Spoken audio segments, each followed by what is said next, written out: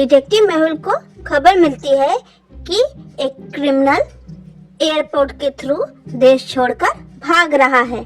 तो मेहुल तुरंत एयरपोर्ट पे पहुंच जाते हैं और वहां पर इन्वेस्टिगेशन करना शुरू करते हैं और उन्हें 3 सस्पेक्ट पैसेंजर मिलते हैं। पहला राकेश कहता है कि मैं लंदन से हूँ, मैं ज्यूरिक आया था बिजनेस मीटिंग के लिए, ये है मेरा बिजनेस कार्ड। दूसरी थी सोनल, वो कहती है सर मैं ज्यूरिक में पढ़ती हूँ, मैं ज्यूरिक से ही हूँ और मैं लंदन में पढ़ती हूँ, तो मैं वापस लंदन जा रही हूँ अपने कॉलेज। तीसरा था अंकित, वो कहता है कि मैं भी लंदन से हूँ और मैं वेकेशन के लिए एल्प्स जा रहा हूँ।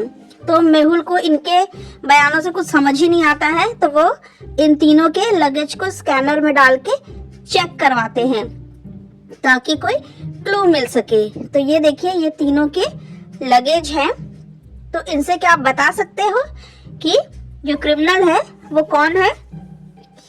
क्योंकि ये जो क्रिमिनल है वो एक मर्डरर है, मर्डर करके फरार हो रहा था देश से। तो आप बता सकते हो कि इनमें से जो इसका बैग है कौन है वो क्रिमिनल। तो ध्यान से देखो, और उनके बयान आपने सुने थे। तो अंकित ने कहा था कि वो वेकेशन के लिए एल्प्स जा रहा है, लेकिन एल्प्स में बहुत ठंडा होता है और वो कोई भी विंटर वेयर नहीं रखा, इसलिए वो झूठ बोल रहा है। मिसेस किम बहुत ही रिच औरत थी।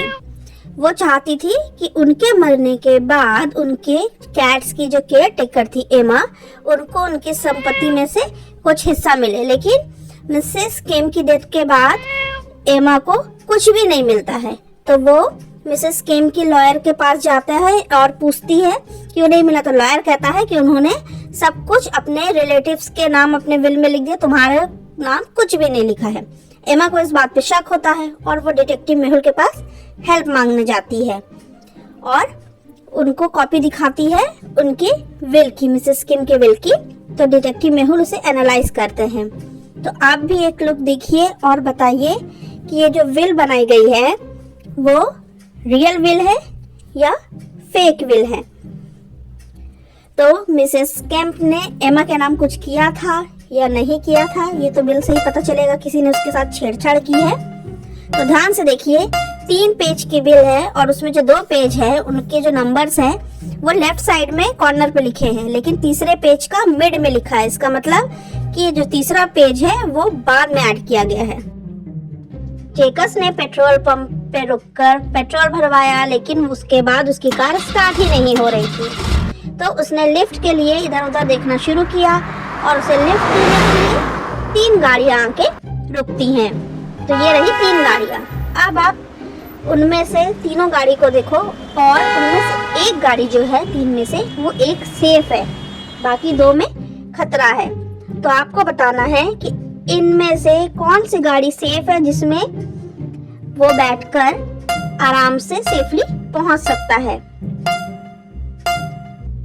तो इसका आंसर है सी, क्योंकि ए गाड़ी जो है वो स्टोलन है और जो बी वाली थी वो वांटेड क्रिमिनल है। पेट्रोल पंप में आपने देखा होगा इनके वांटेड पोस्टर थे।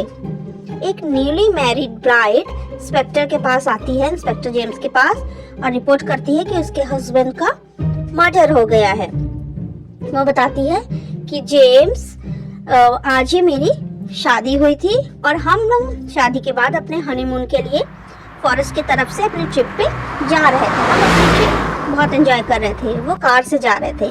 तभी फॉरेस्ट के अंदर पहुंचने पे बहुत सारा मड मिला और जिसमें उनकी गाड़ी अटक गई और वो बाहर नहीं निकल रही थी। तो मैंने हेल्प मांगने के लिए इधर उधर ढूंढना शुरू किया कि कोई हमारी हेल्प कर दे। जब मैं वहां से वापस आई हेल्प मांगने गई थी तो मेरे जो हस्बैंड थे वो मरे हुए मिले मुझे, उनका किसी ने मर्डर कर दिया था और मैं तुरंत यहाँ आ गई रिपोर्ट लिखवाने के लिए। तो इंस्पेक्टर जेम कंफ्यूज हो जाते हैं। तो क्या आप बता सकते हो कि जो ब्राइड है वो सच बोल रही है या झूठ बोल रही है? तो सारी सिचुएशन आपने उसकी सुनी, सीन भी आपने देखा, क्राइम सीन भी देखा। तो क्या आप बता सकते हो वो झूठ बोल रही है कि सच? तो ब्राइड झूठ बोल रही थी। अगर उसकी गाड़ी मड में स्टक हुई थी और वहां से निकल नहीं रही थी, तो जब वो उतरी होगी तो उसकी ड्रेस गंदी होनी चाहिए और उसे हेल्प नहीं मिला तो पुलिस स्टेशन कैसे पहुंची?